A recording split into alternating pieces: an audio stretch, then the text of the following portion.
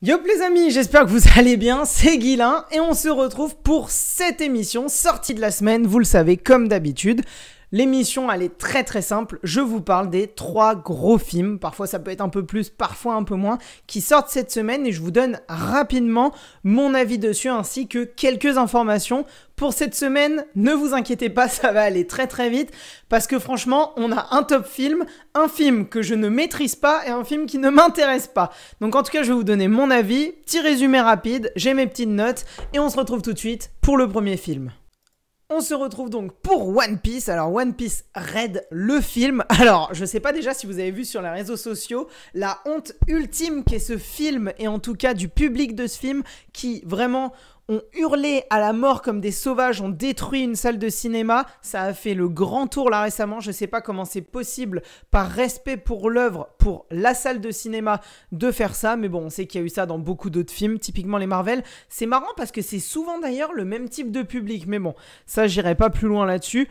On va dire surtout des jeunes qui malheureusement ne respectent pas la salle de cinéma. Je trouve ça dingue parce que payer 10-15 balles et faire ça, c'est une activité en famille, c'est une activité même entre potes où on peut y aller, mais avoir du respect pour les lieux. Et je trouve qu'il y a un manque de respect total.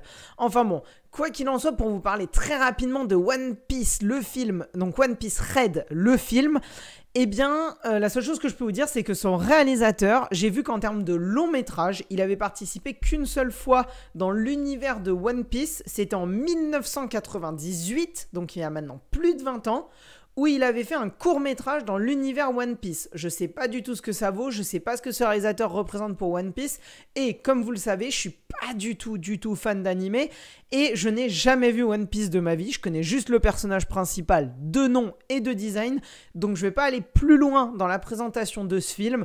En tout cas, moi, c'est un film que je n'irai pas voir parce que je ne connais pas l'univers One Piece, et ça ne m'intéresse pas d'aller le voir. Maintenant, dites-moi dans les commentaires, parce que c'est pour ça que j'ai quand même voulu parler de ce film, même si j'ai pas d'infos dessus. Dites-moi dans les commentaires, vous, si vous avez vu One Piece, si ce film vous donne envie, ce qu'il représente dans l'univers One Piece. Est-ce que c'est un préquel? Est-ce que ça se situe, on te raconte un bout d'histoire qu'on t'a mal développé dans la série? Est-ce que c'est complètement indépendant? Qu'est-ce que ce film représente dans la série One Piece? Et peut-être même éventuellement pour ceux qui vont aller le voir, de revenir dans les commentaires d'ici 3, 4, 5 jours, une semaine, selon quand est-ce que vous allez le voir, et de me dire dans les commentaires si peut-être pour rentrer dans l'univers One Piece, ça peut être intéressant de commencer par ce film. En tout cas, les amis, j'irai pas plus loin pour One Piece et on va tout de suite passer au second film. La très grande classe, pardon, avec donc dans les rôles principaux Mela Bédia et Audrey Fleurot. Alors pourquoi j'ai décidé de vous parler de ce film? Déjà parce que c'est la grosse comédie française qui va sortir. La seconde chose, c'est parce que je soutiens pas du tout ce genre de comédie française. On te montre encore la rebeu pas très jolie, qui a des difficultés et qui va prouver qu'elle est la meilleure parce que intégration sociale, etc.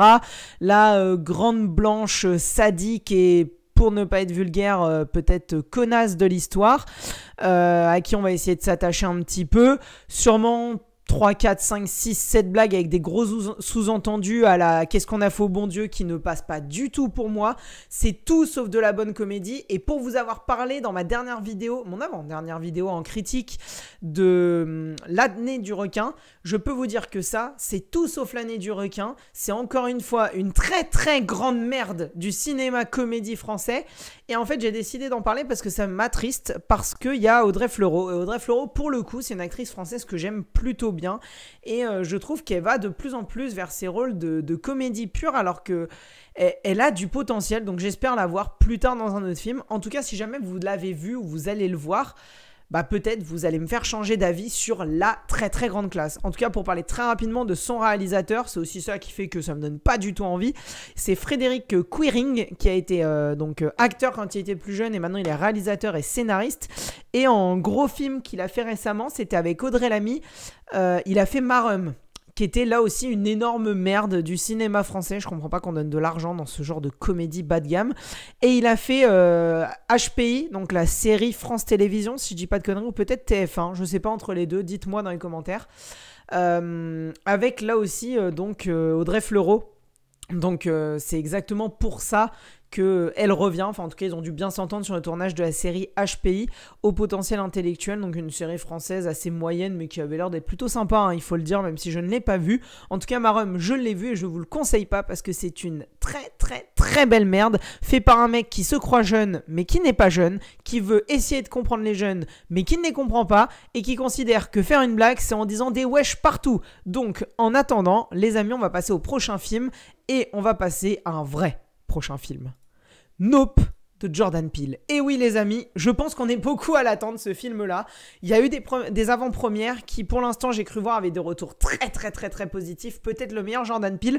Moi j'ai un petit truc dans ma vie, c'est le premier est souvent bon, le deuxième est légèrement en dessous et le troisième c'est la masterclass. J'ai toujours ça moi au cinéma. Dans mes avis personnels, par exemple, je peux citer Indiana Jones. Le premier était bon, le deuxième j'ai pas trop aimé et le 3 est la masterclass. On peut citer aussi Pirates des Caraïbes. Alors Pirates des Caraïbes c'est différent parce que le 2 s'inscrit vraiment dans une continuité et est vraiment excellent. Mais le 3 est la masterclass et l'aboutissement des 3 Pirates des Caraïbes. On peut citer aussi Star Wars. Bon, non, parce que Star Wars... Oh, quoique si, le 1, 2, 3, la prélogie. On peut citer le 1 qui, moi, je trouve est vraiment bon. Le 2 qui est légèrement en dessous, mais qui sert de narration. Et le 3 qui est la masterclass de l'univers Star Wars. Enfin bon, je ne vais pas vous en citer d'autres. Et donc là, on arrive avec Nope. Donc pour vous en parler rapidement dans cette sortie de la semaine du 10 août 2022. C'est réalisé par Jordan Peele. Jordan Peele, c'est un mec qui avant était dans de la comédie en duo avec un autre comédien de stand-up américain. J'ai perdu son nom. Et qui est devenu réalisateur et scénariste. Il nous a sorti en 2015, si je dis pas de bêtises, Get Out, un excellent film d'horreur psychologique traitant d'un thème sous-jacent et très explicite dans le film qui est le traitement des Noirs, du racisme et des Afro-Américains dans les États-Unis actuels. Un second film, Us, que je n'ai pas encore eu la chance de voir et que je vais rattraper avant de voir Nope. Donc j'en parlerai dans ma critique de Nope rapidement de mon avis sur Us. Mais je ne vais pas pouvoir le dire. Néanmoins, je sais que Us, pour la plupart des gens, a été moins apprécié que Get Out. Mais j'avoue que Us a une intrigue qui personnellement m'intéresse un peu plus pour le coup. Et il arrive donc là avec Nope. On n'a pas grand chose, la bande-annonce nous montre pas grand chose. Tout ce qu'on sait, c'est que dans les rôles principaux, on a donc Daniel Kaluuya, j'espère que je le prononce bien, Kaluuya, pardon, qui est donc l'acteur au milieu de l'affiche en bas. Qui est donc qu'on a pu voir donc dans Get Out, qui était le personnage principal de Get Out, et qu'on a vu également dans Black Panther, premier du nom, film du Marvel Cinematic Universe. On a aussi donc Keke Palmer, qui est l'héroïne, je pense, du film Situé à gauche. Et pour terminer, on a Steven Yeun, qui lui, j'ai un affect tout particulier, puisqu'il est le magnifique et sûrement le meilleur personnage de la série The Walking Dead, en tout cas sur les 4-5 premières saisons, puisque après c'est vrai que le niveau diminue de plus en plus, même si j'ai pas vu les dernières, j'ai cru comprendre que ça remontait énormément. D'ailleurs, dites-moi vous ce que vous pensez de The Walking Dead, et ça sera intéressant d'en débattre et d'en faire une vidéo un jour. Et du coup les amis, donc on se retrouve pour ce film Nope. Pour la faire très très simple, on est sur une Amérique très très très très lointaine, vraiment de la pure campagne, et des choses inhabituelles, peut-être liées à des extraterrestres, vont se produire, vont arriver. Qu'est-ce qui se passe? Pourquoi? Comment nos personnages vont réagir? Qui sont-ils vraiment? Le film nous dira ça dans 2 jours, même dans 1 jour. Et je vous l'avoue, Nope, j'ai rien et à la fois j'ai tout, parce que cette affiche, parce que Jordan Peele, parce que les acteurs, parce que ça a l'air très très bon, ça a l'air juste excellent par le fait que Jordan Peele fait partie de ce genre de réalisateur où à partir du moment où son nom est écrit, je fonce sans avoir à lire le synopsis, sans avoir à voir d'image. J'ai entièrement confiance en une personne comme Jordan Peele, comme un Tarantino, pour citer peut-être l'un des plus grands, comme un Christopher Nolan, pour citer l'un de mes préférés, comme Spielberg, pour citer mon préféré, mais peut-être en plus petit, pour citer dans le genre de la science-fiction, Neil Blomkamp, par exemple, qui est l'un de mes réalisateurs préférés. Et dès que je vois son nom dans un projet, je milite encore pour qu'il y ait un Alien fait par Neil Blomkamp, je vous le dis. Et du coup les amis, Nope, pour terminer, voilà un film qui moi me donne extrêmement envie, peut-être la grosse hype de cet été, peut-être le meilleur film d'horreur de cette année.